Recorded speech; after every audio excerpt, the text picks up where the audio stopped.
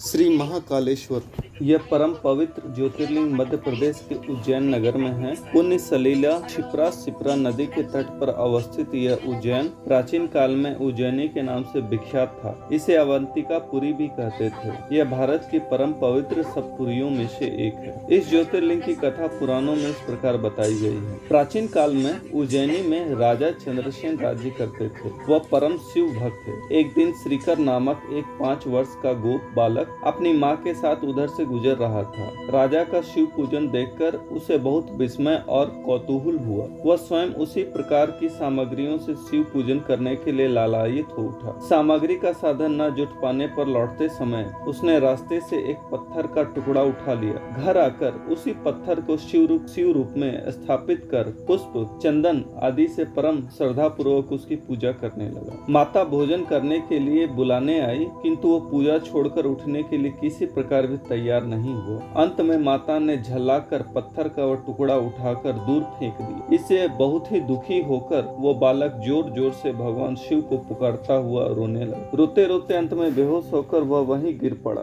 बालक की अपने प्रति यह भक्ति और प्रेम देखकर आशुतोष भगवान शिव अत्यंत प्रसन्न हो गए। बालक ने जो ही होश में आकर अपने नेत्र खोले तो उसने देखा कि उसके सामने एक बहुत ही भव्य और अति विशाल स्वर्ण और रत्नों से बना हुआ मंदिर खड़ा है। उस मंदिर के भीतर एक बहुत ही प्रकाशपूर्ण भास्वर तेजस्वी ज्योतिर्लिंग खड़ा है। बच्चा प्रसन्नता और आनंद से विभोर होकर भगवान शिव की स्तुति करने लगा। माता को जब यह समाचार मिला तब दौड़कर उसने अपने प्यारे लाल को गले से लगा लिया। पीछे राजा चंद्रसेन भी वहां पहुंचकर उस बच्चे की भक्ति और सिद्धि की बड़ी सराहना की। धीरे धीरे वहाँ बड़ी भीड़ जुट गई। इतने में उस स्थान पर हनुमान जी प्रकट हो गए। उन्होंने कहा, मनुष्यों, भगवान शंकर शीघ्र फल देने वाले देवताओं में सर्वप्रथम है। इस बालक की भक्ति से प्रसन्न होकर उन्होंने इसे ऐसा फल प्रदान किया है जो बड़े बड़े ऋषि मुनि करोड़ों जन्मों की तपस्या से भी प्राप्त नहीं कर पाते हैं। इस गोप बालक की 8वीं पीढ़ी में धर्मात्मा नंद गोप का जन्म हो। द्वापर युग में भगवान विष्णु कृष्ण अवतार लेकर उनके वहाँ तरह तरह की लीलाएं करेंगे। हनुमान जी इतना कहकर अंतर्धान हो गए। उस स्थान पर नियम से भगवान शिव की आराधना करते हुए अंत में श्रीकर गोप और राजा चंद्रसेन शिव धाम को चले गए।